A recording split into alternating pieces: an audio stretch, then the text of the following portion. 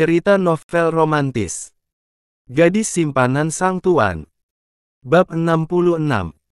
Pernikahan dadakan. Baby mulai berjalan ke sisi jalan raya untuk mendapatkan angkutan, setelah meminjam uang pada satpam rumahnya. Rencananya, gadis itu akan pergi ke rumah sahabatnya, yaitu Yoshi, untuk meminta bantuan.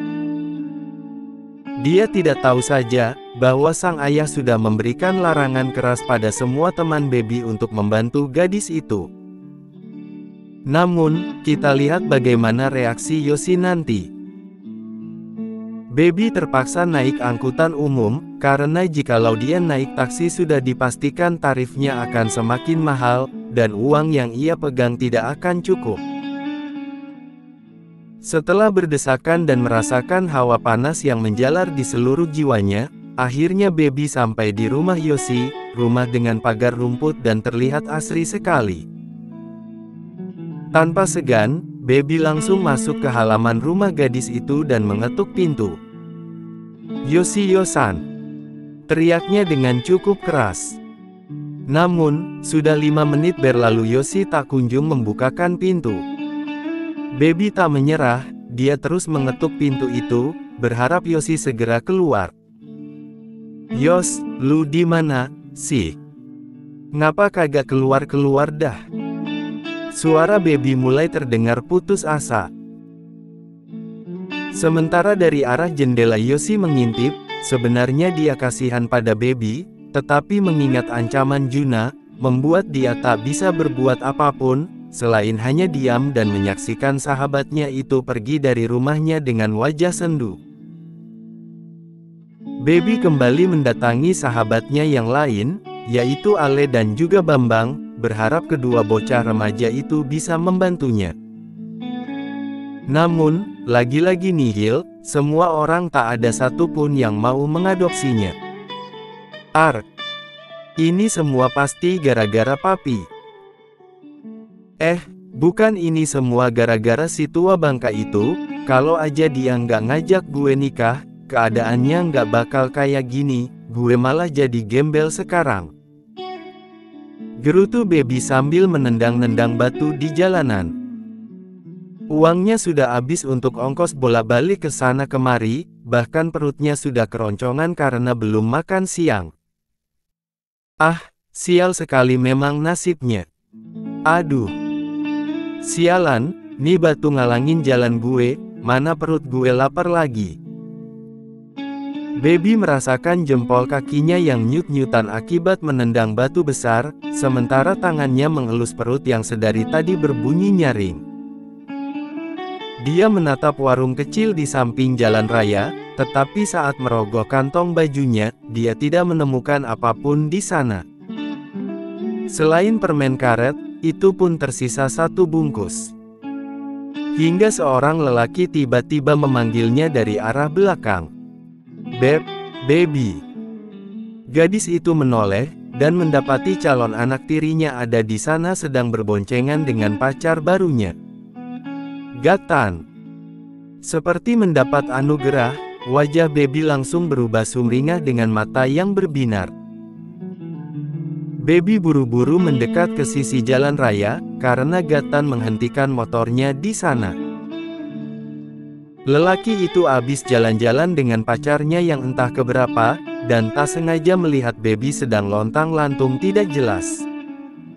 "Lu ngapain di sini?" tanya Gatan dengan kening yang mengernyit. Baby mencebikkan bibirnya. "Ini semua gara-gara kakak lu tahu, dia ngajakin gue nikah, Tan. Dan gue nggak mau." "Maksud lu kaksaka?" Baby langsung manggut-manggut. "Terus lu ini ceritanya lagi kabur apa gimana?" tanya Gatan lagi, sementara gadis yang duduk di belakangnya mulai kesal sendiri, dia rela kepanasan demi menunggu Gatan mengobrol dengan Baby. "Gue nggak kabur, Tan. Tapi gue diusir sama papi." Adu Baby dengan wajah memelas, berharap Gatan sudi membantu dirinya. "Apa? Uncle Juna sampai ngusir lu? Berarti dia emang bener-bener marah, Beb." Mendingan lu terima aja deh tuh lamaran kakak gue, lagian nikah enak kok, tiap hari ada yang ngelonin. Jelas Gatan dengan mimik wajahnya yang sungguh-sungguh. Tapi masalahnya itu. Masalah apa? Tukas Gatan cepat. Gue nggak mau jadi istri dia, maunya jadi ibu tirinya. Mendengar itu, Gatan langsung melongo dengan netra yang membola. Anjir. Itu mahlunya aja yang seterese. Ribier Baby Manyun, kenapa semua orang menganggapnya seterese? Padahal katanya cinta tak pandang usia, dan cinta itu buta. Lalu apa salahnya? Salahnya lu tuh suka sama suami orang. Kalau dedi gue duda sih nggak masalah, nah sekarang posisinya momi gue itu masih ada, baby, jelas Gatan dengan menggebu, ingin pikiran gadis itu terbuka selebar-lebarnya. Mendapati kenyataan itu, makin mencebik saja Ribier Baby. Pupus sudah harapannya untuk bisa bersama dengan lelaki pujaannya yang mirip dengan bias kesayangannya. Mas Tae, maafin baby. Gumam gadis itu dalam hati. Udah mendingan kita ke kantor Kak Saka, kita bicarakan semua ini baik-baik, supaya ada jalan keluarnya. Gatan memberi saran, wajah baby yang semula menunduk, kini terlihat tegak. Benar juga apa yang dikatakan lelaki itu. Tidak ada salahnya dia berbicara dengan si tua bangka itu, siapa tahu Saka mau berbaik hati dengan mengurungkan niat untuk menikahinya. Akhirnya baby mengangguk setuju. Gatan langsung mengusir gadis yang duduk di belakangnya, dan menyuruhnya naik taksi karena dia tidak bisa mengantar sampai rumah. Gatan, kok kamu malah nyuruh aku pergi? Kenapa nggak dia aja yang naik taksi? Tanya gadis itu dengan wajah kesal, melirik baby tak suka. Gue mau anterin baby ke perusahaan Kak Saka, nih ongkos pulangnya. Udah jangan bawel. Gatan memberikan selembar uang kertas warna merah pada gadis yang baru saja ia kencani, gadis itu terpaksa menerima dengan ribier mencebik. Udah terima aja sih, lagian enak tahu naik taksi itu, adem ada AC-nya, baby ikut menimpali, lalu merebut helm dari kepala gadis itu, dengan cepat dia duduk di belakang diri Gatan dan melambaikan tangan. Gadis itu hanya bisa mendengus, sementara Gatan tak peduli, dia menyalakan mesin motornya dan segera melandas ke kantor sang kakak. Tak sampai lama, Gatan dan baby sampai di depan gedung yang terlihat menjulang tinggi itu. Mereka berharap Saka belum pulang, karena para karyawan sudah terlihat bubar, keluar satu persatu dari pintu perusahaan. Lu mau gue temenin nggak? Tanya Gatan. Baby menggeleng. Nggak usah, gue bisa sendiri, iu tenang aja. Kalau emang ada apa-apa sama gue, baru lu bantuin gue, oke? Ucap baby dan langsung mendapat anggukan dari Gatan. Lelaki itu akan menunggu di lobi perusahaan.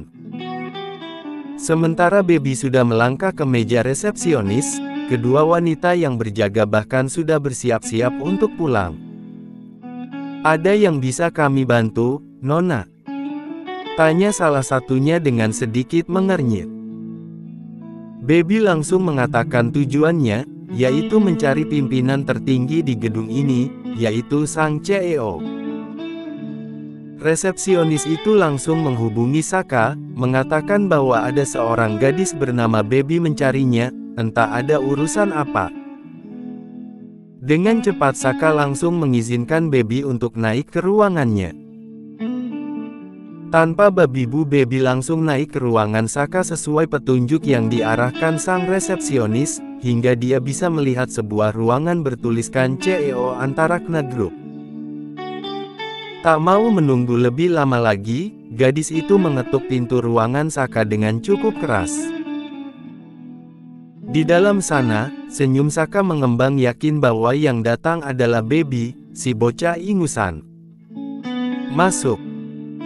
Saka mempersilahkan Baby untuk masuk ke dalam ruangannya. Baby menghela nafas, mengatur emosinya lalu membuka pintu. Di sana, Saka masih disibukkan dengan beberapa laporan pekerjanya. Dan tanpa basa-basi Baby langsung berdiri di samping meja Saka. "Gue mau ngomong sama lu," ucapnya. Membuat Saka langsung mengangkat kepala, dan menghentikan aktivitasnya. Dia menatap Baby datar, sementara Baby menautkan kedua alisnya dengan tangan yang melipat di depan. "Apa yang mau kamu bicarakan?" tanya Saka lembut. Baby mendengus, bisa-bisanya lelaki satu ini begitu santai, setelah membuat hidupnya hancur. "Soal perjodohan kita berdua, ngapain lu milih gue buat jadi istri lu? Emangnya nggak ada cewek lain apa? Lu tergila-gila sama bocah kayak gue?" Cerocos Baby begitu pede. Mendengar itu, Robby terlihat membulatkan matanya karena terperangah. "Tuan Saka, dijodohkan dengan Nona Baby. Tidak salah." Sementara Saka bangkit dari kursinya, lalu mendekat ke arah Baby, mengunci gadis itu ke sudut meja kerjanya. Baby beringsut. "Kamu tahu alasannya? Karena aku tidak menyukaimu," ucap Saka santai. Baby mendelik dan langsung mendorong badan tegap Saka agar menjauh darinya, sementara tangannya sudah bertolak pinggang. "Lu nggak suka, tapi kenapa Iu minta nikah sama gue? Lu jangan main-main ya, atau gue bakal aduin ini semua ke papi sama Daddy Albert," ujarnya menggebu. "Coba saja, kita lihat Uncle Juna percaya pada siapa, aku atau kamu putrinya. Kamu bahkan diusirkan dari rumah karena menolak perjodohan denganku kan?" tantang Saka. Baby mengepalkan tangannya kuat. "Jadi alasan lu mau nikahin gue itu apa?" pekiknya. "Supaya Mommy dan Daddy berhenti menyuruhku menikah," ujarnya dengan begitu santai, bahkan wajahnya terlihat tak berdosa karena sudah membuat Baby frustasi. "Dasar sinting. Nikah itu bukan mainan," kesal gadis itu dengan menunjuk wajah Saka. "Memangnya siapa yang menganggap semua ini permainan?" Baby memijat pelipisnya, ternyata selain tua bangka, lelaki ini juga aneh. Namun, jika dipikir-pikir ada untungnya juga jika dia menikah dengan Saka, dia jadi bebas dari omelan ayah dan ibunya. Dia bebas bermain dengan teman-temannya sepuasnya. Ah, haruskah dia menikah dengan si tua bangka ini? "Oke, gue mau nikah sama lu. Asal kita buat kesepakatan. Selama kita nikah, nggak ada yang namanya hubungan badan. Dan jangan pernah ikut campur dengan masalah pribadi masing-masing," tegas Baby. Mendengar itu Saka terkekeh. "Tidak ada kesepakatan apapun di antara kita," tegasnya. "Maksud lu? Kamu bilang pernikahan itu bukan main-main. Jadi tidak ada kesepakatan apapun, lagi pula siapa yang menyentuhmu? Kamu pikir aku tertarik dengan ukuran datemu yang kecil?" cibir Saka.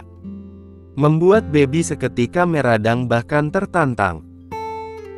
Gadis itu mendengus, lalu melangkah cepat ke arah Saka, tanpa diduga dia meraih pergelangan lelaki itu.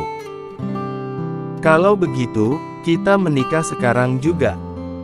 Beberapa saat kemudian, "Saya terima nikah dan kawinnya Baby Amara Putri Aditama binti Almas Juna Aditama, dengan mas kawin tersebut, dibayar tunai." Saka mengucapkan kalimat itu dengan satu tarikan nafas. "Sah! Sah!" teriak semua orang yang ada di ruangan tersebut begitu menggema. Akhirnya malam itu, Saka dan Baby resmi menjadi sepasang suami istri.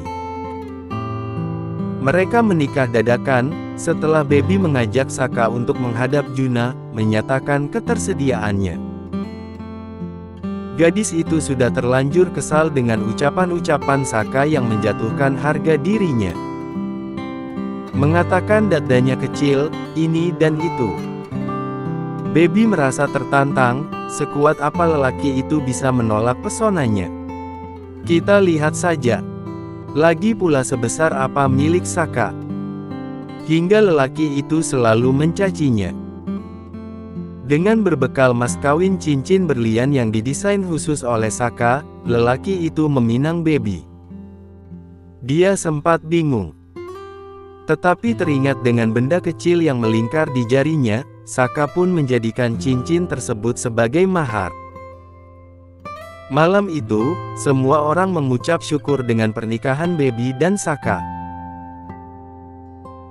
Cila bahkan senantiasa mengulum senyum dalam dekapan Albert, merasa bahagia karena akhirnya putra sulungnya itu bisa menikah. Dia tidak akan khawatir lagi, apalagi sampai mencurigai bahwa Saka tidak normal. Putranya itu pria tulen. Tak berbeda pula dengan Juna dan Nana, keduanya berharap semoga pernikahan Baby dan Saka dilimpahi keberkahan, dan gadis itu bisa berubah lebih baik lagi. Setidaknya berhenti bermain-main dengan Jordi. Saka dan Baby menandatangani berkas-berkas pernikahan mereka. Setelah semuanya selesai, Pak Penghulu meminta Baby untuk menkecup tangan Saka, suaminya. Sekarang kalian sudah sah menjadi sepasang suami istri. Silakan Nona kecup punggung tangan suami Anda sebagai tanda bakti, ucap Pak Penghulu dengan mengulum senyum. Baby melirik ke samping. Di mana Saka berada, lelaki itu mengulurkan tangannya dengan wajah datar, sementara Baby selalu mencebik kesal. Dengan keras Baby meraih tangan Saka, lalu mengecupinya. Begitu selesai dia langsung melepaskan tangan Saka, tetapi sebelum itu Saka lebih dulu menahan kepala Baby, dan mengecup kening gadis itu sekilas. Netra Baby membola, tak percaya Saka akan melakukan hal itu padanya. Dan sialnya, kini jantung Baby justru berdebar-debar. Malam ini kamu sudah menjadi milikku sepenuhnya, selamat Nyonya Antarakna, bisik Saka tepat di telinga Baby lengkap dengan seringai tipis, membuat gadis itu meremang seketika. Apa-apaan lelaki ini? Bisa-bisanya Saka menyentuhnya tanpa izin, lelaki itu sudah menghinanya, lalu kenapa dia bertindak semaunya? Tidak bisa dibiarkan, dia takkan memberikan apa yang Saka inginkan. Ingat kata-kata lu ya, Ium gak bakal nyentuh gue, karena semangka gue kecil. Jadi gak usah kecup-kecup. Balas Baby ketus. Mereka masih saling berbisik-bisik. Tenanglah, istriku. Ini semua aku lakukan supaya mereka percaya padaku, bahwa aku benar-benar mencintaimu. Sekali lagi Saka memberi kecupan di pipi Baby, membuat semua orang riuh bertepuk tangan. Cek, dasar pencitraan. Semua orang memberi ucapan selamat pada Baby dan Saka, tak banyak yang menghadiri acara sakral tersebut. Hanya ada 2 buah keluarga dan sanak saudara. Mereka menyembunyikan pernikahan itu dari awak media, karena status Baby yang masih bersekolah. Sayang, selamat ya. Kamu harus menjaga istrimu dengan baik. Cila mendekap Saka erat, dia merasa waktu begitu cepat, tak disangka bayi kecilnya sudah tumbuh dewasa, dan kini sudah menikah. Ah, Sakanya sudah berubah. Sayang, sudahlah. Jangan lama-lama dekapnya.